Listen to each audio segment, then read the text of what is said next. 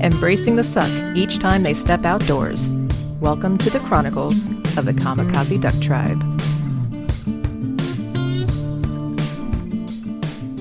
I don't know exactly what we want to do to start this one off, or well, we really haven't even talked about upland bird hunting. I can talk a little bit about that being the first thing that I ever really hunted. That's all that I hunted with my father. what is it? Because that's what he enjoyed doing, or were you guys limited to it, or? Well, that was just mainly what he did. He didn't hunt waterfowl at all, and he would hunt dove. That's the only migratory bird that he ever hunted. Now, I don't remember this. I know you and I have talked quite a few times. What areas were you guys hunting? Primarily right around in Sedgwick County. Just some rural areas. Of course, that was 40 years ago. So a lot more rural areas.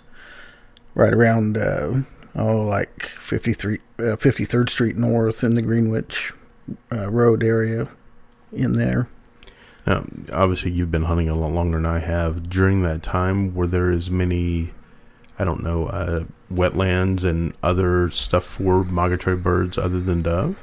There probably were, but I never experienced them. I didn't, like I said, I didn't really start hunting ducks until much, much later, probably around 2000. Gotcha. And the only reason I was asking with, like the, who was that, Duck Commander and some of these other shows, you'd have to think that the DU memberships, Ducks Unlimited memberships, would kind of swell, and then they'd see more money, you'd see more wetlands. Right. You know how that goes. Sure. But 40 years ago, you're hunting the animals that naturally were in the area. Right, yeah, and like I said, I'm sure there were some marshes around, but we never did that. Mess with them. Yeah. I gotcha.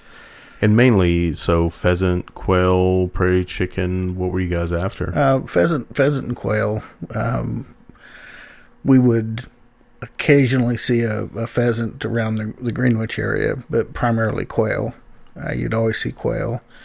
And Dad had a pair of Irish setters. Mm-hmm. They were pretty good dogs, and it was really fun to get those quail in that sedge rows. And they were also real good at finding box turtles. Not exactly what you want to find when you're walking out there. They can get a little pissy with the dogs, I can imagine. I've seen more than my fair share of images of snapping turtles latched on to the end of a retriever's nose, for instance. They got a little too nosy. But so out of those, pheasant, quail, prairie chicken, which one's your favorite, you think, to eat or to hunt? I like the quail myself, probably because there's more of them, where we usually hunt. Mm-hmm. And also I'm a piss poor shot, so if you can get a covey up in a hedgerow where they're flying straight away from you, I have a better chance of hitting one. And for any of you guys that have not had the opportunity to hunt quail are, what would you say, about 6 to 8 inches tall? Not including their legs, I mean the body itself. Right, and these are where we're at. We have primarily bobwhite quail, mm-hmm. and there's several different species of quail. There's scaled quail, gambrel quail, but here primarily it's bobwhite. And I remember when you and I first started hunting, and I started deer hunting, we started duck hunting, and one of your favorite things to do at the end of whatever the hell we're hunting for that day, even if we're not hunting, even fishing, it seems like, you'd want to drive up and down the roads to see if there were any quail that were sunning themselves on the edge of the road, or I assume trying to get gravel. Do they do the same thing that dove do, where they get gravel for their craw, or? Yeah, they have to have that in order to process those grains that they eat. That's what I figured, but you've never known. It's kind of funny now that I look back at it, driving down the road, 20, 30 miles an hour. Okay, keep your eyes out for quail. If you don't know what a quail looks like, it's hard to keep your eye out for a quail.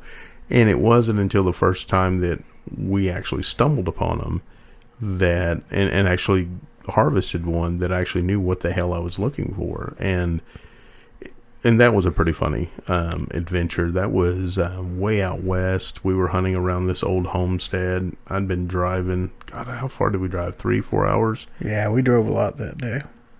And what was really cool about the drive, and you'll hear this repeated quite a bit on this podcast, is we hadn't really seen anything other than wind. Granted, we're in Kansas, you always see a lot of that.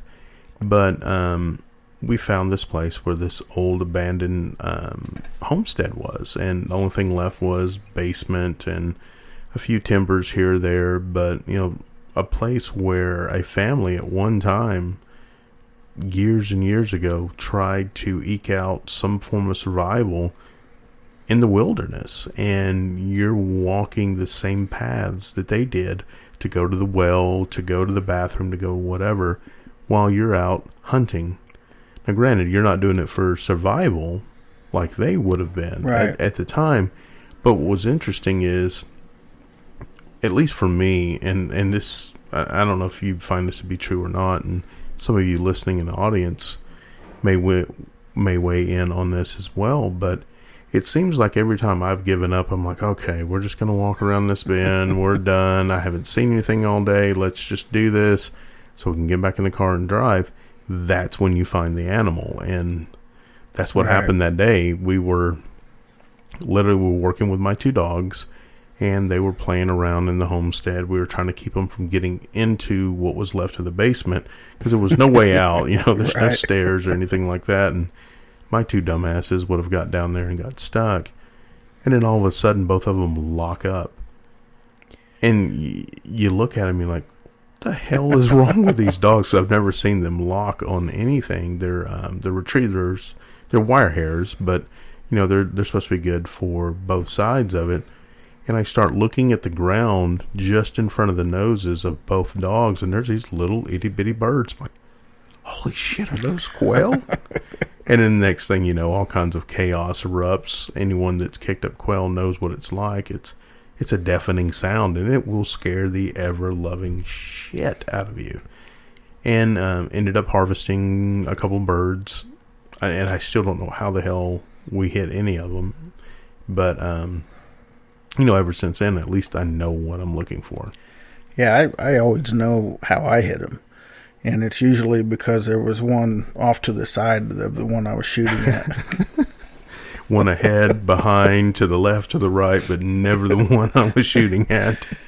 Yeah, did I tell you? I'm sure I told you the first goose I ever shot. Oh yeah, that's a funny story. With my son, we were hunting, and a large flock of geese came in, and they were probably 40, 50 yards up, and it was a pretty windy day, so they were moving pretty fast.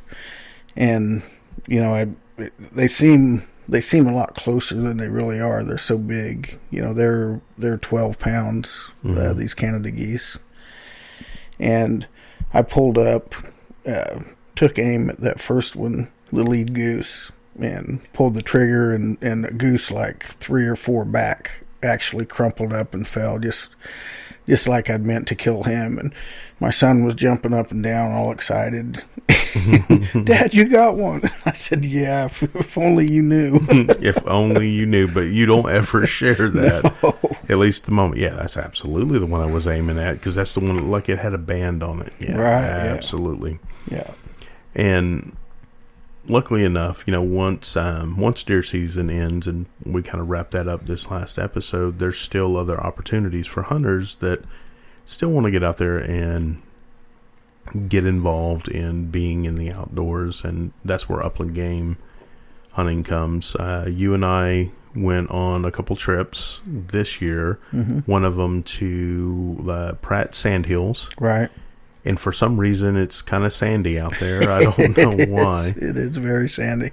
And that was our first time out there, and that was kind of cool. I mean, at least to me, other than, losing part of the flesh off my thumb in the action of my my shotgun trying to clear a jam. But other than that, it was really interesting seeing out there a completely different area.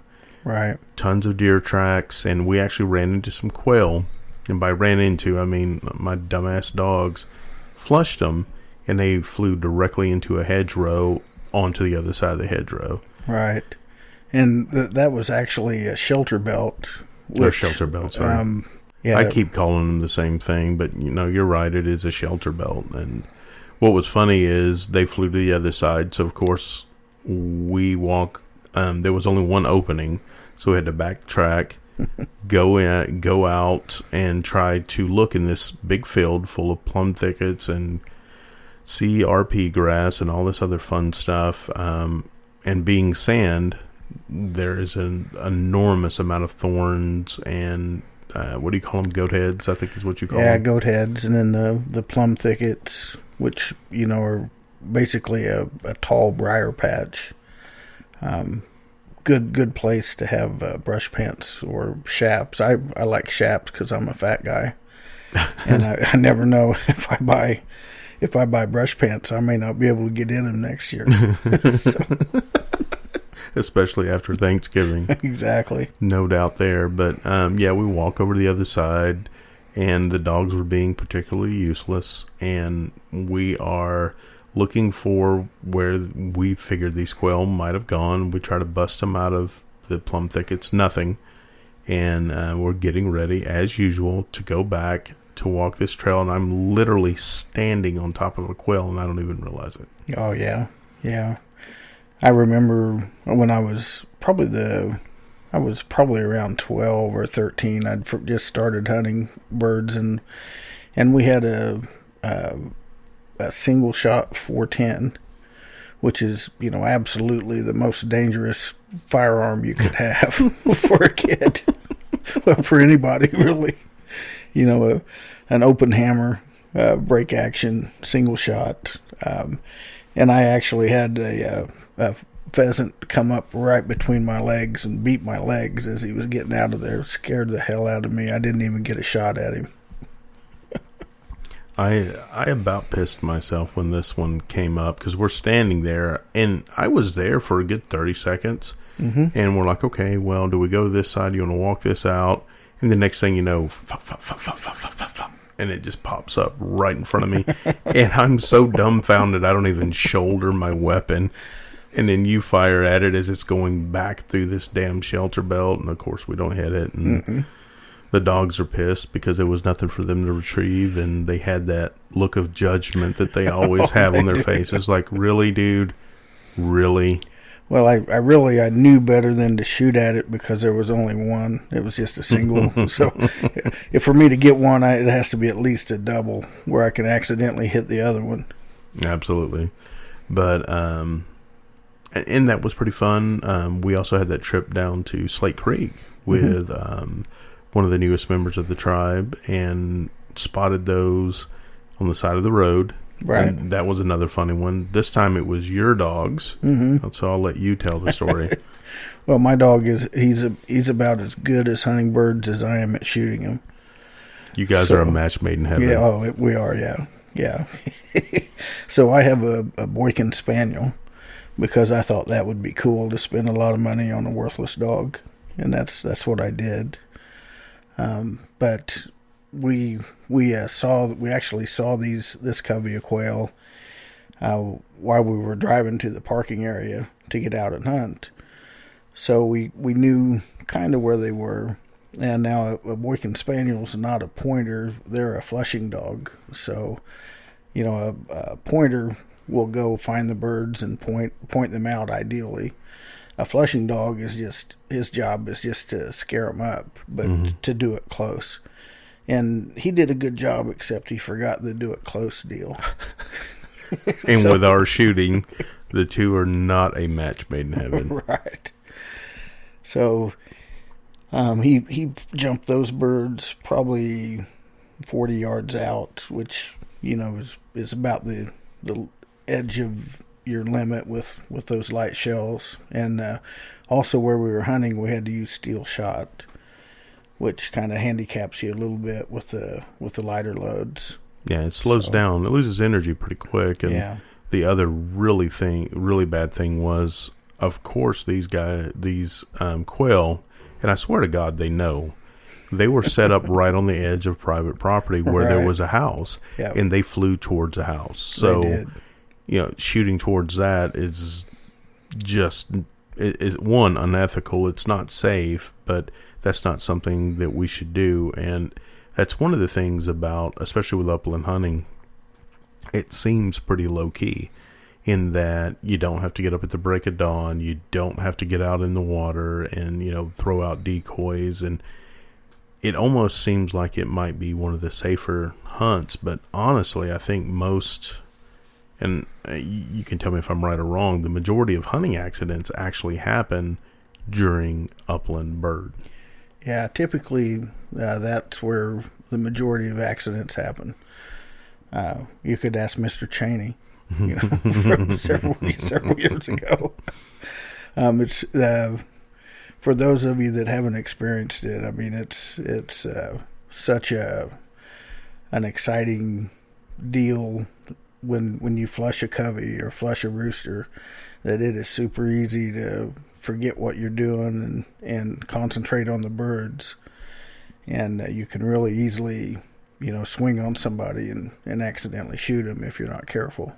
That's very easy to do. And one of the things, and especially with this newest member, that we had to reinstill with him is, when we walk, it's there's an imaginary line shoulder to shoulder, and you do not get out of line.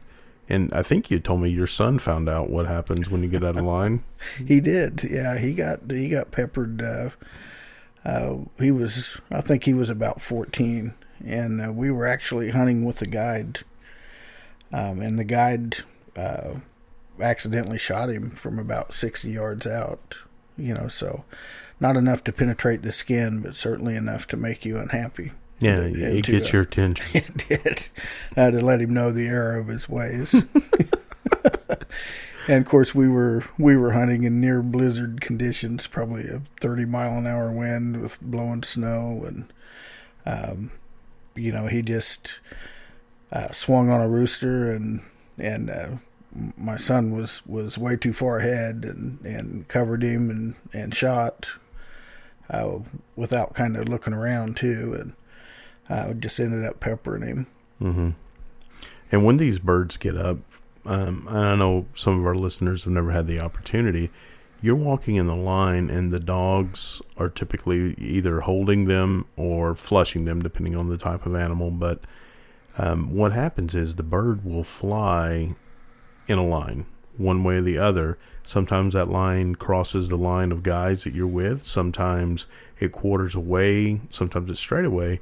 When you are tracking the animal with a shotgun, it's traveling the same direction it is, and you're trying to meet up at the point where the shot is going to hit the animal while it's in flight. It's not stationary. It's not like shooting a deer. And what happens is you get so focused, tunnel vision on the flight of this animal that you don't realize that you have actually crossed the path of another human being. Coupled with the fact that you're shooting a shotgun, the shot pattern is spreading further and further. It's dispersing the further it gets away from the shotgun. So the likelihood of actually injuring someone goes up higher and higher. And then the last part of it, and this is the scariest part, is that when one of these animals flush, the instinct of every hunter is to turn and look in the direction of that animal. Well, you're going to be staring down the direction that the shot's traveling. So the likelihood of getting, blinded goes up significantly. Yeah. It's very, very safe. There's very few accidents. But you do have to really be careful about who you hunt with. You have to be selective and make sure that you trust the people that you're out there with. Yeah, and that goes for any hunting, and that's one of the benefits of finding a mentor or getting involved with some of these, whether it be a local Ducks Unlimited chapter or Pheasants Forever if you're hunting unlimited. If you're hunting upland, sorry. If you don't have someone in your life that actually hunts or that hunts safely, you can utilize these resources to have someone, kind of teach you the ropes. Because there's only so much a YouTube video is going to show you. Let's just be honest. Right. I remember, was that? I don't remember if it was 2 years ago or 3 years ago. There was a dove hunt, and it was on the spot that you and I like to hunt. And there were some people that were invited out that we didn't know, and they were actually law enforcement. Mm-hmm. And one of the guys actually swung through someone else's head while we were hunting dove. Do you remember that? Yeah, vaguely. I mean, I wasn't right at that spot, but that's that'll get you yelled at. Yeah, it did. And if I remember correctly, you went ahead and took the shells out of your weapon. You stayed by that guy just to watch him, just to prevent him from doing any harm to the rest of the party. Right. I don't know if you remember that or not. I do. It still sticks in my head. And that was the last hunt he did with us because he didn't listen. Right. And he wasn't thinking, and he was just shooting to shoot. It's the type of person that we don't necessarily want to see hunting because they're not thinking about the consequences, or at least it appears they're not thinking about the consequences of their actions. Yeah, and it's a serious. It's great fun, but it is serious. Absolutely. Well, before we go into the absolutely most dangerous, horrifying thing about upland game hunting, we're going to take a quick break and hear from our sponsor. Hey there, KDT family. I know you hear us talk about the tools that make the outdoors more enjoyable, but we want to take a minute to tell you about the app that makes this podcast happen, Anchor.fm. And like any tool we carry into the field, Anchor's reliable, versatile, and best of all, easy to use. If you want to distribute your podcast easily, without the suck, Anchor's got you covered. Want to make some money off your podcast with every download? Anchor has you covered. Want to have all the tools to record and edit your podcast at your fingertips? You guessed it. Anchor has you covered so that the only suck you have to embrace is in the outdoors. So go to Anchor.fm and download the free app today and start your podcasting journey. All right, guys, we are back, and as promised, we're going to talk about the most dangerous thing about upland game hunting. And I'm going to let you tell this story. Well, I want to start off with a moment of silence. So I have an artificial heart valve, and you guys can probably hear it. So we're going to be quiet for just a second. Can you hear it? Okay. So we had Shawn's daughter, my granddaughter, out to hunt with us one day earlier this year, and we were going out again, and she really enjoys going, so we thought we'd ask her. So we asked, Shawn asked her, honey, do you want to go hunt with us? And she said, I don't know, Dad. Are you going to go buy that CPR grass again? It's funny because it's actually CRP for the Conservation Reserve Program. And a lot of the walk-in hunting areas that we hunt upland birds on have been planted to that. And it's basically waist-high wild grass, native grasses, just pretty thick. And any of you that have walked through it could understand why you might need CPR after you get through walking that stuff. And it was funny because I immediately corrected her, said, honey, no, that's CRP grass. She said, no, Dad, it's CPR. I don't want to hunt in CPR grass because it was obviously for little legs, and she's only 8 years old right now. Right. It's much harder, but then the realization is like, yeah, I usually do feel like I need CPR at the end of this deal because it literally sucks the damn life out of you. And I'm looking at her, I'm like, you know what, kid? I'm not going to correct you. You've corrected me. Right. This will, from this point forward, be known as CRP grass. And what's funny, and the reason, like with that ticking noise, and if you guys listen real close, you can hear it the whole time we're podcasting. I don't want you to think we're in here making bombs or anything, but it's so bad that I can usually hear this unaided while we're walking through this grass, because obviously it's very, very brutal. Now, one of the questions a lot of people ask, what is it? Why is it?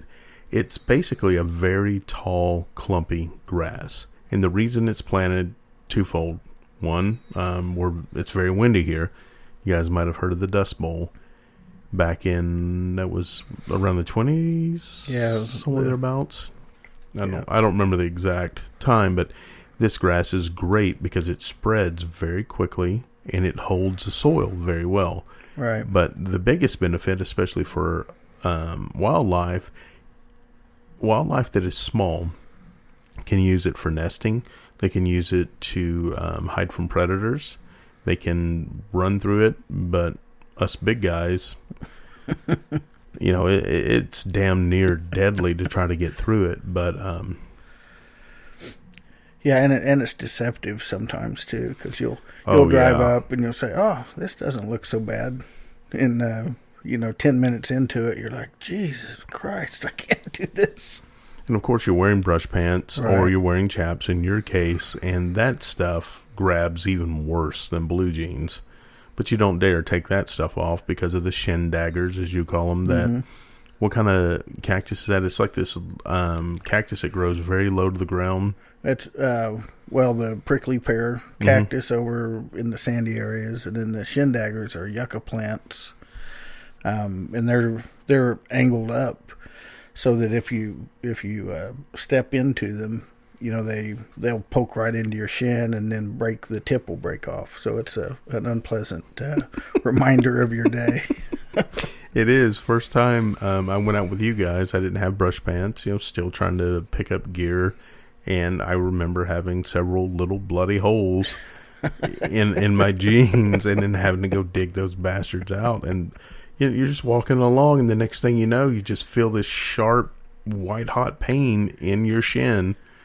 And you're hoping that you caught it. If you catch it fast enough, you can kind of back your leg out of it. But if you don't, like you said, you're already, swinging the leg forward. It's broke off in your leg. And oh, yeah. Not fun at all. So, other than that, one of the other things you can do that at least you enjoy doing this season is another type of hunting, and this is one I would recommend to anyone that's getting ready to get into hunting, which is just hit the clearance aisles at Walmart or wherever. I was able to purchase some new waders for about half price from Max Prairie Wings, which is a really good source for waterfowl gear. Then also, if you hit the Walmart aisles, you have the opportunity to try some things that you may not normally try. I was able to get a bunch of broadheads this year for our archery that we haven't tried before, so kind of interested to see how those work out. Also, we're going to be hunting from ground blinds a little more because I'm too fat to climb a tree. Coming down's easy, going up not so much. Yeah. So, going to be doing maybe hopefully trying out some mechanical broadheads shooting through the blind. I'm kind of interested to see if that's going to make them open up prematurely or not. Supposedly, it's not supposed to do anything. Mechanical broadheads, those of you that aren't experienced, you have two types. You have your standard fixed blade, which the standard is either 3 to 4 basically razor blades that are shaped in a kind of I don't want to say an expanding, but a widening pattern. And what they're designed to do is obviously shoot through the animal. They've got a chisel point to break bone, and then the blades lacerate, hopefully heart or lungs, so that the animal is incapacitated and bleeds out very quickly. The mechanical, on the other hand, they're designed for cutting as well. But the way that the blades are designed is once the tip enters or it contacts the skin or the outside the fur, right, the pressure on it opens the blades up so that you get a much wider cutting area. Yes, just for example, I've always liked Muzzy broadheads, and the regular ones that I shoot are 1 3/16 inch. So that's the diameter of the cut you'd get. Whereas the mechanical ones that we bought opened up to a full 2 inches. So a much larger wound channel, much more cutting involved.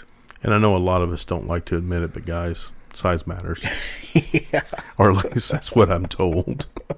So in this case, we want to try out to see, because as you can imagine, you're sitting in a ground blind. Well, the windows on a ground blind are mesh. So my thought is when it contacts that mesh, it's going to begin opening the blades. Now the manufacturers say that's not the case. Yeah, and then the blind that I was able to just purchase this year had a disclaimer that it says some mechanical broadheads will open, so they don't want you to shoot through the mesh. Whereas the regular fixed blade ones are fine to shoot through the mesh, but they do want you to clock the broadhead to match the fletching. Well, that would make sense too. And you know what? I hadn't even really considered that, but the fletching, which is the feathers, another name for it on the arrow, if they are, because they can't cut. Right. So I would imagine the mesh would have an even greater effect on it, a twisting effect or a yawing effect. Yeah, I would think so. And I'm just curious, in my backyard, I can set it up for almost 50 yards. And we plan on doing that just to see exactly what that does, how they work. And that's a good time to introduce. We are actually currently developing a YouTube channel right now. Currently, the only thing that's on there are the podcast episodes. We don't record ourselves recording it yet, but we're going to begin to upload videos from us in the field. And this is probably going to be one of the first ones we do. I know I did release a compilation video of some of our hunts. Mm-hmm. That blizzard that we hunted in with that deer that was right off the side of the road. That's that one that we had originally actually gone out upland hunting during it. And we got out of the truck, and you can't see 15 feet in front of you. And the winds are the snow was blowing in your face. The dogs got out. They lasted about 10 minutes and went, you know what? Fuck you guys. We are done. We're going back to the truck. So we ended up having to go back. Yeah, you can't even breathe in that stuff. No. It's pretty brutal. Yeah, and of course we were walking north right into the wind. That is no doubt. But anyway, picked up the broadheads, actually picked up the ground blind. Mm-hmm. I found some actual blind camouflage. Those of you that have listened to all the episodes remember me talking about being in the ground blind and the feeling that the deer can see you. Well, that's because I was wearing normal camouflage. And now I was able to, at Walmart, pick up ground blind camouflage, which is darker in color. Mm-hmm. And it's the patterns are completely different. I think it was like $5 for the top, $5 for the bottom. Usually like $30 or $40. Yeah, and their scent control too. Exactly. So that's even better. A plus. Yeah, absolutely. Now, if they only had an integrated coffee can for us. Yeah, that's what we need.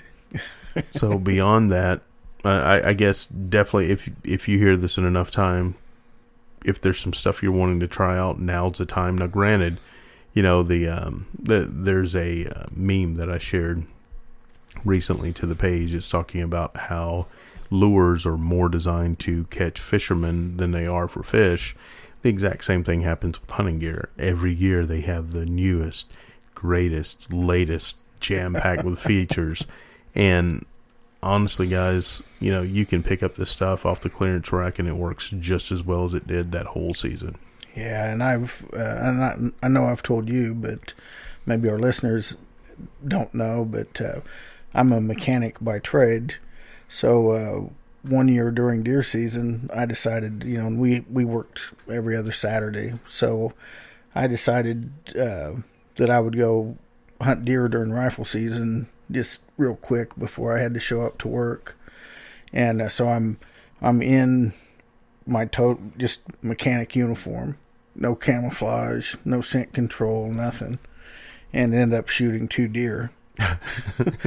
And of course you made it to work on time, right? I told him I had to be late. I couldn't see coming in. Mm-hmm. Had a vision problem. I can't see coming into work when I got 2 deer on the ground. What is that called? Anal glaucoma? I can't see my ass coming into work today. Yeah, exactly. Something like that. So I guess in summation there, $1 saved is $1 to be spent next season. Just don't tell the wife that you're doing that. Don't tell the wife. Yeah. No, yeah, you don't bring that bag in ever. In fact, I think never mind. I'm not going to go down there because she might listen. Shh. We can't tell all of our secrets. So, right. With upland now being done, the only thing left is really, honestly, squirrel and snow season. But we're gearing up for crappie and trout season, right? Yeah. Trout season's right now, and we could actually catch crappie right now too, but it's too cold. It's a little bit too cold for me to be out on the boat. Yeah, I'm going to wait till they come in a little closer to shore. That is no doubt. And we went trout fishing last week, but it wasn't to the lake. We weren't on a boat. We've got a local area around here that stocks trout, and we did exceptionally well. We didn't have to clean a single fish. Yeah, we saved a lot of time. Didn't use very much bait. It was really good. Yeah, good trip. I think we used half a worm and a little bit of power bait for the whole trip.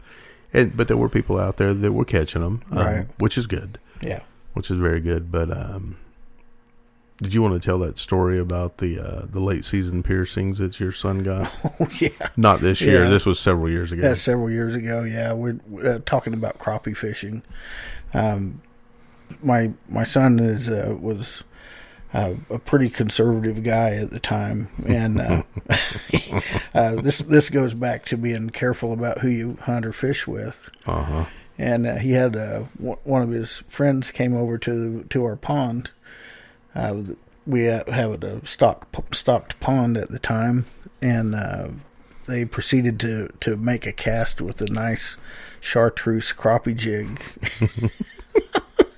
And totally, it pierced his ear perfectly, and then the line broke.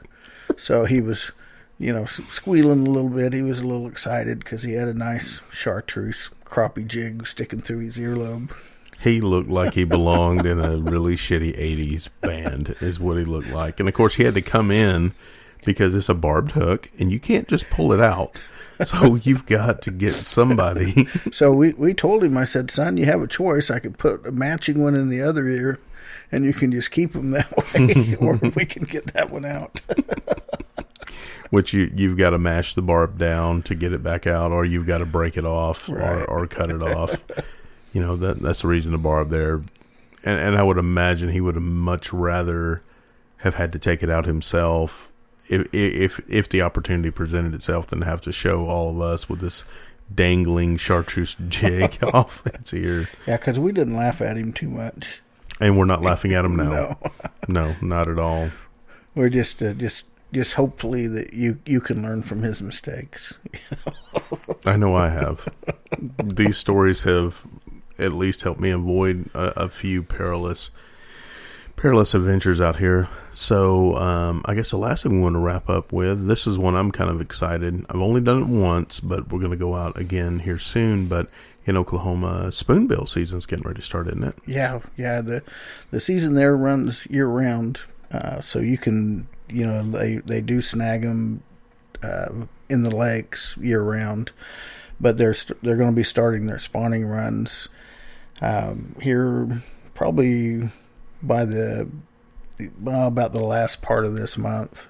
I would say they'll get going good. And when you get on those things, we've caught several in the upper 90s pound range. We haven't broke 100 yet, but probably 4 or 5 over 95 pounds. And you guys usually fish, it's in front of a dam, right? Mm-hmm, below a dam. Below a dam, yeah. That's what I meant. Yeah, we like to go to Call Lake and fish below the dam in the spillway area there. they have a really, really good area for that. And when they get going good, I've been there where, you almost cry because you're thinking, I'm going to throw one more cast and God, I hope I don't hit one. They are so strong and so powerful when you hit one and they take off running. You use very, very large equipment because, like I said, they're probably some of them are 90 to 100 pounds there, and when you hook one in the side in a fast current, that takes some really big equipment to land that fish. Right, and that's one of the things I wanted to bring up. You're not using bait; you literally are what's called snagging. Right. Where you've got very large treble hooks, but they have to be barbless, if I remember correctly. Correct. They have to be barbless, and you want to be sure and read the regulations because it changes all the time. Oklahoma is one of the few areas where you can still snag spoonbill legally. A lot of places have banned it. We do have it here in Kansas, but it's real limited areas, and you're only allowed. It used to be you could only keep one fish a year. I'm not sure what it is now because I haven't actually. I always go to Oklahoma now. Right. And you've had some pretty good stories. Now, we're planning on going down, doing a camping trip, hopefully, over the course of a weekend. It's a long enough drive, and it should be miserable and cold enough that, it'll be good for us. Oh, yeah, we ought to get some suck in on that. Yeah. There should definitely be some Oklahoma tasting suck that's involved. But one of the coolest stories out of this, and we can wrap up here, these fish, if I remember correctly, one, they're prehistoric fish, but number two, they're part of the sturgeon family. And one of the most prized possessions from them is the roe, the eggs. Mm-hmm. And the deal about the Russian guys. Yeah, so this was probably 8 or 10 years ago. My son and I were down snagging, and as we each caught a pretty good fish, probably upper 80s, and we took them up to the truck, and when we were fishing, we noticed this gentleman in kind of plain clothes. It was, looked pretty interested about what was going on. Just thought he was just out looking at stuff. But anyway, when my son took his fish up, there were some Russian guys there, and they came over and started talking to him and asked if they could have the eggs out of his fish. So, obviously we haven't tried that yet. So, rather than waste them, we thought, sure, you can have them. So they went to get some equipment to process the fish, and as I was walking back up to the truck, this gentleman came up to me and he said, "Hey, did you guys give the fish to these guys?" And we said, "Well, they asked for the eggs," and we said we could have them. And he said, "Okay, well, we're trying to catch these guys because they were poaching fish." So what they were doing was catching fish out in the middle of the river with a boat, and then they would just, instead of keeping the whole fish, they were just removing the eggs, which kills the fish, and throwing everything back in. Except for the eggs. Yeah, so they had, multiple fish. So this gentleman was for a U.S. Fish and Wildlife agent, and they actually did catch the guys and prosecuted them. So that was kind of interesting to get to see, what they were doing and how they did that, and what they were doing with this roe, and why it was important to say that they're members of the sturgeon family. That's where caviar comes from. Right. That very expensive dish that only people that are very well off can get. These guys get untold. I can't even imagine how much they were selling this stuff for. Right. And I mean, technically they are from the sturgeon family, but it's not the caviar that you and I would think of when we think of caviar, but they were able to sell it as that. Right. Well, and another cool thing that Oklahoma has is a spoonbill research facility. that is totally paid for through the legal selling, commercial selling of the roe. Mm-hmm. So what they do is, if you catch a spoonbill, you can take it over to this processing station, and they will process it for you. Clean it, take all the measurements and everything, and then they keep the eggs or the roe as a means of generating enough revenue to keep this thing going. So that's pretty cool. It's absolutely cool. I like that a lot better than some of the other methods that we see where there's either like a forced taxation or all these additional fees, things like that help keep it, at least keep the costs down. Because you and I both know it can get kind of pricey trying to do the things that we love. So when you see opportunities like that, guys, if you're in Oklahoma, take advantage of it, because the money that develops, or at least what they garner off of selling that roe, helps all of us have the opportunity to continue fishing, because through research, through habitat development, we have access to these amazing fish. And hopefully the next time we get on here, or in the next time or two, we'll have some good stories of that trip down there. I've done it once with you, never caught one, and that was probably one of the most miserable experiences I've had fishing, just because, like Brian said, you've got these enormous rods with a shit pile of weight on it, enormous hooks, and you are just cast, retrieve, and it doesn't sound like a lot of work until you've hit it about 100 to 150 times of doing that, and you're just like, Oh man, yeah. Last year, I lost count at 14 fish. So these are probably, I think the smallest one I would say was probably 40 pounds, and with in the mid 60s being average. And honestly, when I was just about done, and I kept saying, well, I'll throw one more cast, and you just prayed that you didn't hit one, because I was about wore out. Mm-hmm. And the time I went down with you, they were actually having a frickin' tournament. Yeah.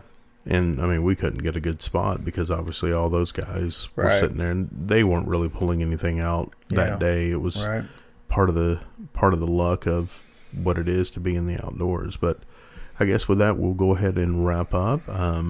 Keep in mind, we do have a Facebook page, Kamikaze Duck Tribe. Of course, we've got the website still, kamikazeduck.com. I mentioned the YouTube channel, found under the same name. Go figure. We're going to be adding new material there. And with that, I thank you for listening. I thank you guys for supporting us very much. And we'll see you next episode. Yep. See you then.